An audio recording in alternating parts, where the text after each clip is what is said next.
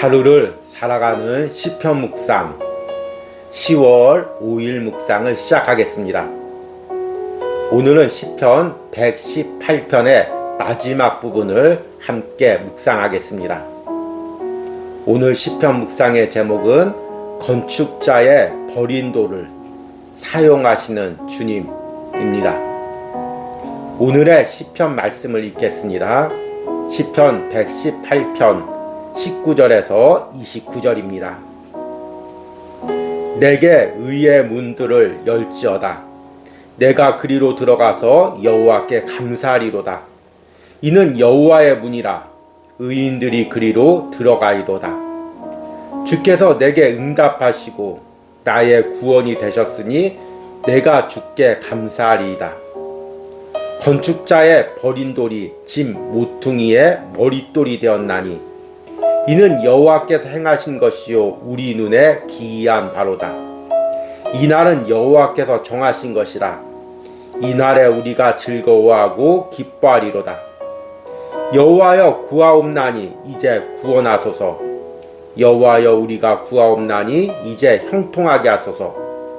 여호와의 이름으로 오는 자가 복이 있으며 우리가 여호와의 집에서 너희를 축복하였도다. 여호와는 하나님이시라. 그가 우리에게 빛을 비추셨으니 밧줄로 절기 제물을 제단 뿔에 멜지어다. 주는 나의 하나님이시라. 내가 주께 감사하리이다. 주는 나의 하나님이시라. 내가 주를 높이리이다. 여호와께 감사하라. 그는 선하시며 그의 인자하심이 영원함이로다. 아멘. 오늘의 시편 묵상입니다.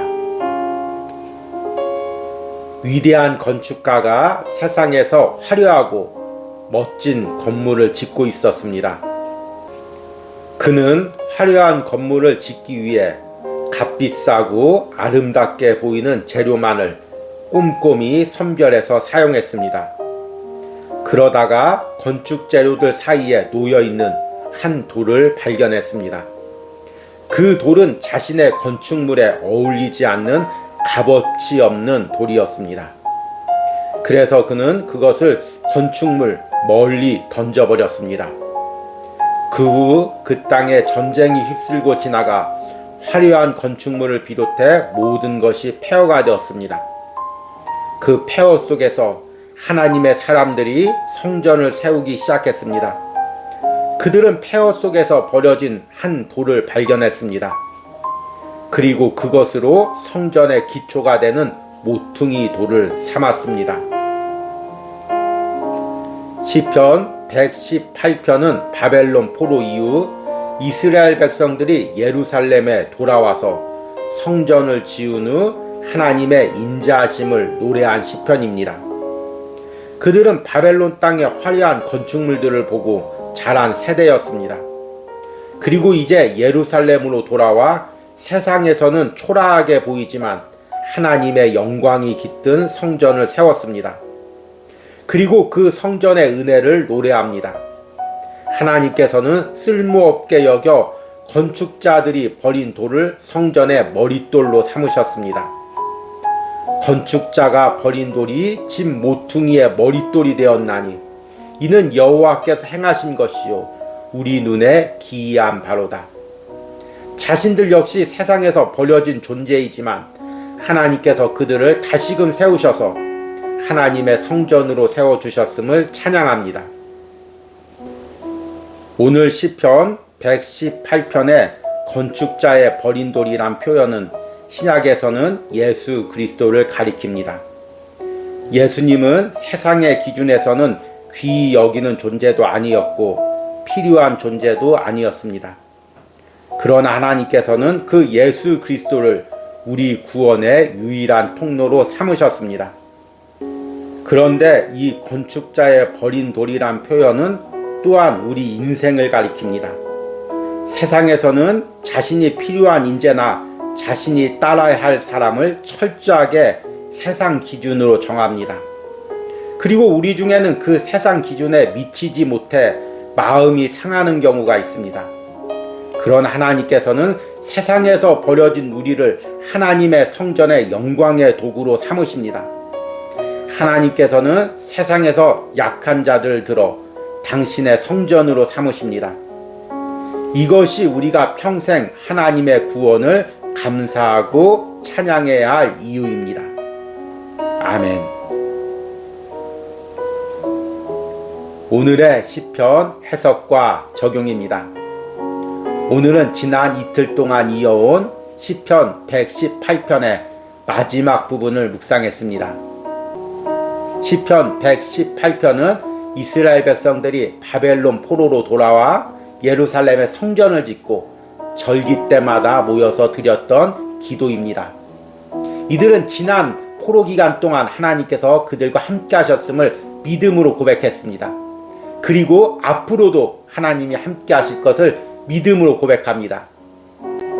그들이 가졌던 확신의 고백 중에서 우리가 묵상했던 표현 중에 2개가 기억납니다. 첫 번째는 첫째 날 묵상했던 여호와는 내 편이시라는 확신의 고백입니다. 시편 118편 6절에 여호와는 내 편이시라 내가 두려워하지 아니하리니 사람이 내게 어찌할까. 그리고 두 번째는 어제 묵상했던 내가 살아서 여호와의 영광을 선포하리라는 표현입니다. 17절에 내가 죽지 않고 살아서 여호와께서 하시는 일을 선포하리로다. 그리고 오늘 시편 118편의 마지막 부분에서는 이렇게 확신으로 하나님이 세워가시는 성전에 모여서 하나님의 영광을 찬양하고 있습니다. 오늘 19절과 21절에 내게 의의 문들을 열지어다 내가 그리로 들어가서 여호와께 감사하리로다. 이는 여호와의 문이라 의인들이 그리로 들어가리로다. 주께서 내게 응답하시고 나의 구원이 되셨으니 내가 주께 감사하리이다. 그들은 폐허 속에서 하나님께서 성전을 세우시고 그 성전에서 자신들이 예배하여 감을 감사함으로 이렇게 노래하고 있는 것입니다. 그리고 이 성전을 세워가신 하나님의 기이한 섭리에 대해서 이렇게 노래합니다. 22절과 23절에 건축자가 버린 돌이 진 모퉁이의 머릿돌이 되었나니 이는 여호와께서 행하신 것이요 우리 눈에 기이한 바로다. 건축자가 버린 돌이란 건축자가 집을 지으려고 사용하다가 자신의 기준에 맞지 않아서 또 자신이 짓는 집에 필요가 없어서 버린 돌을 의미합니다. 그런 버린 돌이 하나님의 성전에 모퉁이 머릿돌이 되었다는 것입니다. 모퉁이 머릿돌이란 건물을 지을 때 기초를 하고 제일 모퉁이의 기준으로 삼는 가장 중요한 돌을 의미합니다. 이 돌을 기준으로 건물이 기초가 세워지고 그 위에 건물이 올라가는 것입니다. 그래서 신약 성경에서는 예수님 자신도 그렇고 사도들도 그렇고 바로 오늘 이 22절의 말씀을 인용하면서 예수님이 건축자의 버린 돌이자 또 하나님의 성전을 세워가는 모퉁이 머릿돌이라고 말하고 있습니다. 가장 대표적인 것이 사도행전 4장 11절에서 12절입니다. 이 예수는 너희 건축자들의 버린 돌로서 집 모퉁이의 머릿돌이 되었느니라. 다른 이로서는 구원을 받을 수 없나니 천하 사람 중에 구원을 받을 만한 다른 이름을 우리에게 주신 일이 없음이라 하였더라. 아멘. 그리고 23절에 기이한 바라는 이 표현은 히브리어의 니플라트라는 단어입니다. 이 단어의 의미는 이상하다, 놀랍다, 사람의 이해의 범위를 넘어간다, 또 이해하기가 어렵다, 이런 의미입니다. 이것은 주로 성경에서 하나님의 섭리를 표현할 때 많이 사용됩니다. 하나님의 섭리는 우리 인간의 눈으로나 이성으로 이해하기가 어려운 것입니다. 하나님께서는 세상 사람들이 쓸모없다고 버린 것을 통하여 귀하게 하나님의 영광의 도구로 사용하십니다. 이것은 단순히 예수님의 십자가의 구원뿐만 아니라 우리 인생도 마찬가지입니다. 우리 역시 세상의 기준에 의하면 버려진 존재입니다. 이렇게 이야기하면 기분 나빠하실 분도 있겠지만 세상은 철저하게 자기 기준으로 필요한 사람을 택합니다. 회사를 보십시오. 회사에서는 그 기준에 맞게 정확하게 그 기준에 드는 사람들만 채용하고, 또 승진을 시킬 때도 그 기준에 합당한 사람들만 승진을 시킵니다. 우리가 누군가를 따르려고 할 때도 세상의 기준으로 그 사람을 따르면 내게 어떤 이익이 올지를 계산하고 이 계산이 맞아 떨어지는 사람을 따릅니다. 그러나 하나님을 믿는 사람들은 대부분 이런 세상 기준에 맞지 않는 사람들입니다. 세상에서 약삭 빠르거나 세상에서 성공을 위해서 온갖 수단과 방법을 사용하는 그런 세상적인 유능한 존재가 아니라 세상에서 때론 어리석어 보이고 부족해 보이는 존재입니다. 하나님께서는 그런 사람을 통해서 하나님의 영광의 도구로 삼으십니다. 그래서 고린도전서 1장 26절에서 29절에 바울이 이렇게 이야기합니다. 형제들아, 너희를 부르심을 보라. 육체를 따라 지혜로운 자가 많지 아니하며 능한 자가 많지 아니하며 문벌 좋은 자가 많지 아니하도다.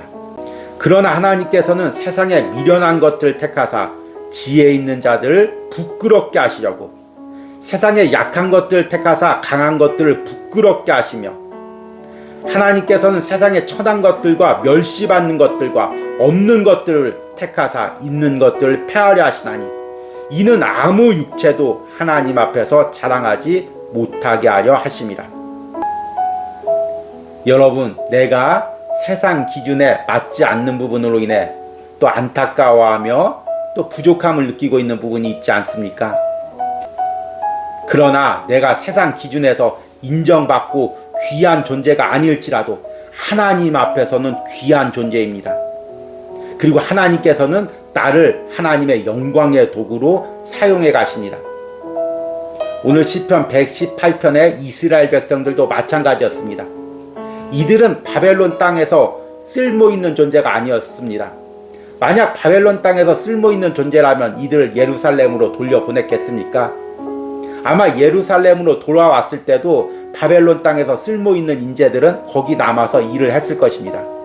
그러나 바벨론의 기준에서 맞지 않는 이들, 세상에서 버려진 이들이 오로지 하나님밖에 없기에, 하나님을 섬기는 것이 가장 귀한 일이기에 세상 것들 다 버려놓고 예루살렘으로 돌아와 성전을 지었습니다. 그리고 하나님의 영광의 도구로 사용되었습니다. 그래서 이들이 바로 건축자의 버린 돌이자 성전 모퉁이 머릿돌이 된 것입니다. 우리 역시 마찬가지입니다. 세상에서 귀히 여기는 존재들은 하나님을 섬기기보다 더 귀한 존재가 되려고 세상에서 더 노력을 합니다. 그러나 하나님이 택하신 하나님의 자녀들은 세상에서 내가 그 기준에 합당하게 살려고 몸부림치는 존재가 아니라, 내가 비록 세상 기준에는 합당하지 않을지라도 하나님 앞에서 영광의 도구가 되고자 몸부림치는 존재입니다. 그래서 오늘 시편 118편의 마지막 부분에서도 이들이 바벨론 땅의 그 화려한 문화를 버려두고 예루살렘에 와서 세상 눈으로 보기엔 초라해 보이는 그 성전을 짓고 하나님의 영광을 찬양하며 그곳에서 살기로 결단하는 것입니다. 오늘 시편 118편의 마지막 부분입니다. 28절과 29절에 주는 나의 하나님이시라 내가 주께 감사하리다. 주는 나의 하나님이시라 내가 주를 높이리이다.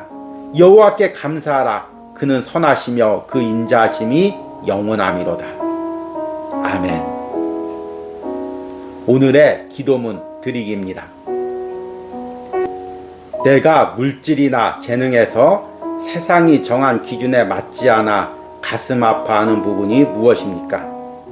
그럼에도 세상에서 부족한 나를 사용하시는 하나님께 감사하며 나를 더욱 하나님의 영광의 도구로 사용해 달라는 기도를 드리시기 바랍니다. 우리 함께 기도하겠습니다. 건축자가 버린 돌이 집 모퉁이의 머릿돌이 되었나니 이는 여호와께서 행하신 것이요 우리 눈에 기이한 바로다. 주님, 우리 주님께서 세상의 기준으로는 인정받지 못한 낮은 위치에 오셔서 하나님의 영광을 위하여 십자가에서 죽으시고 우리를 구원하셨습니다. 이제 예수님을 따르는 우리 역시 세상에서는 문벌 좋은 자가 아니요 지혜 있는 자가 아니며 또한 물질이 많은 자가 아닙니다. 그러나 하나님께서 나를 통하여 하나님의 영광의 도구로 사용하실 줄 믿습니다. 내가 세상 기준에 나를 맞추기 위하여 몸부림치는 것이 아니라 하나님의 영광의 도구로 사용되기 위하여 더욱 나를 깨트리며 주님께 순종해 나가기로 납니다. 그리고 그 확신으로 이 세상을 살아가기로 납니다.